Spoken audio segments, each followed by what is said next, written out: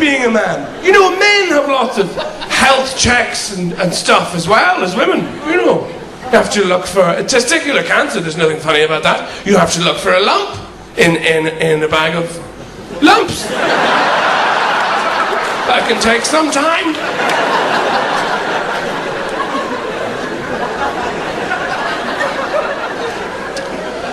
Male genitalia is particularly awful. You know, I think when women were being designed by God or the team of Italian gay men or whoever isn't there, it was rather a good day. Everybody was enjoying themselves. There was some nice wine and some food around, you know, and everybody was having a lovely time saying molto more funny stuff, a secret thing, a drinks holder, get them out there. And when men were up for production, it was some sort of double shift deadline late on a Friday night in Warsaw, because they just stick people, block, stick, block there. Oh, they've no genitals, bring them back, we'll use some of the elbow scrag left over from the women. That's fine, that will do. That's why it's so depressing to look at, you know? This kind of bagpipes covered in hair.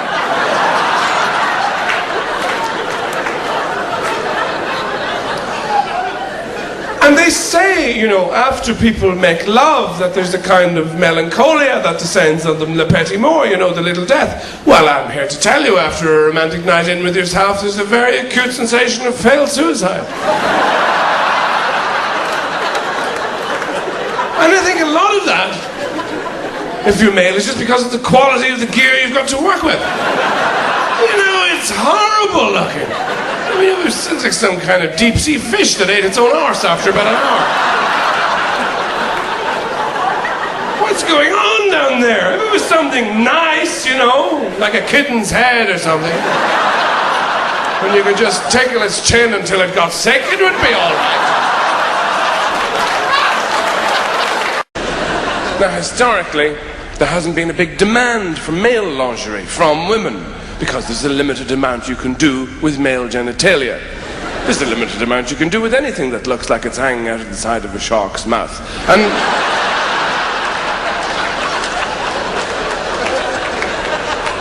it doesn't really matter if you put a velvet gown around it, it's not going to do the trick.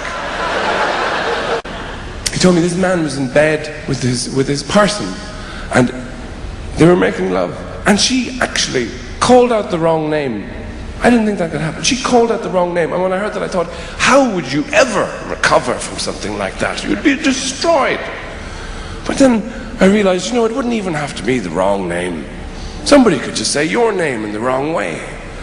Because everybody wants to hear, oh, John. But you don't want to hear, John. Or, John?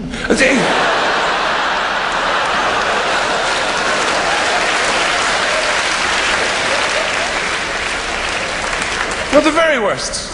Like, you know, patronizing, comforting one. Oh, John, you do. These things can change a life. They always use a bunch of lines on each other. You know, terrible, rubbish lies. Like, it's not you, it's me.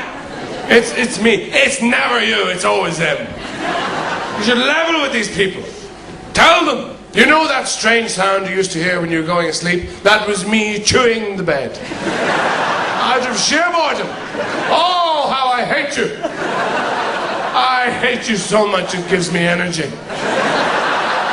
I have to get up early in the morning to hate you because there isn't time enough in the day. Please go away.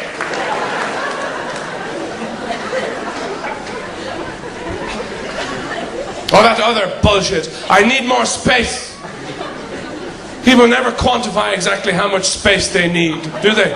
But strangely enough, it all seems to be the exact same height, depth, and breadth as you. It is much more difficult to be female, I grant you that.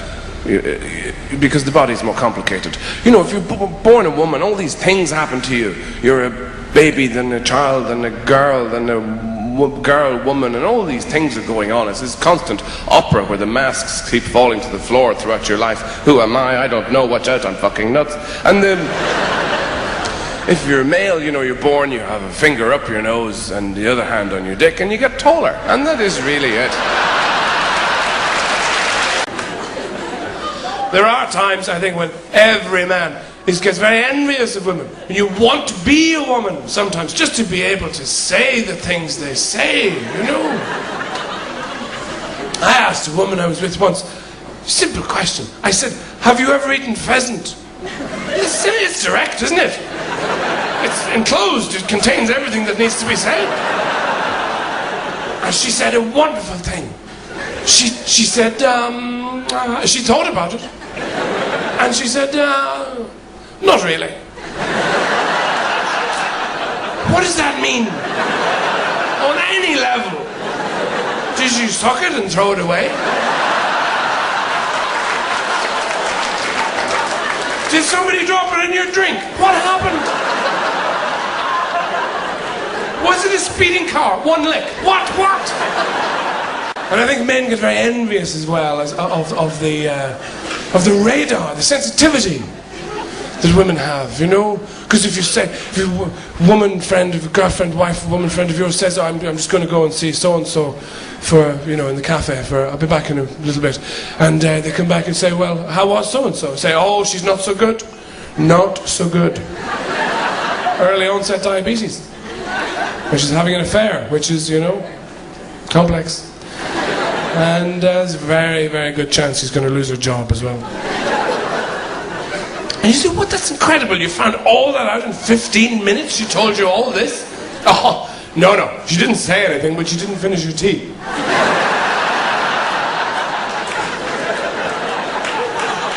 Which is a good deal more sophisticated than male conversation, you know? But the rules of which are very, very simple. It's your turn to talk when the other guy has the drink up to his face.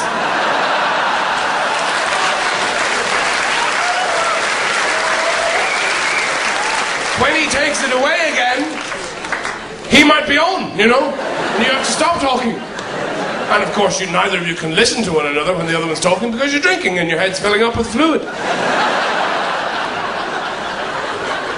That's why men who've known one another for 20, 30 years go home to their wives or girlfriends or whoever's there and will be asked, how was so-and-so? Go, I don't fucking know. But you were together for 8 hours. We just had a drink. Shut up. I didn't even know about gay people for a long time when I was growing up. You know? Much older than I should have been, because it was euphemisms. It was one of those houses, you know. I used to think I was growing up in a musical family. Because people would make noises instead of talking about something. Well, you know, you heard about Mary and John and the Ding Dong. Apparently it's all still a bit, And sometimes they would employ a phrase, if, you know, for something specific, if you can imagine the idea of somebody being gay, they would have a phrase, but it would always be pretty unhelpful, something you'd never heard of before, you know. You say, well, you know what they say about John anyway. Well, no, I don't. What do they say? Well, apparently, you know, he's Oh, yeah.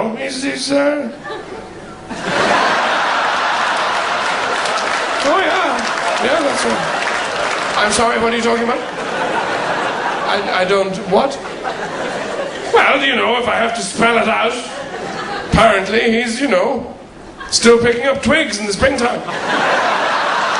Oh, yes. One of Yul Brynner's hairdressers. Likes his toast done on 3 sides, yes.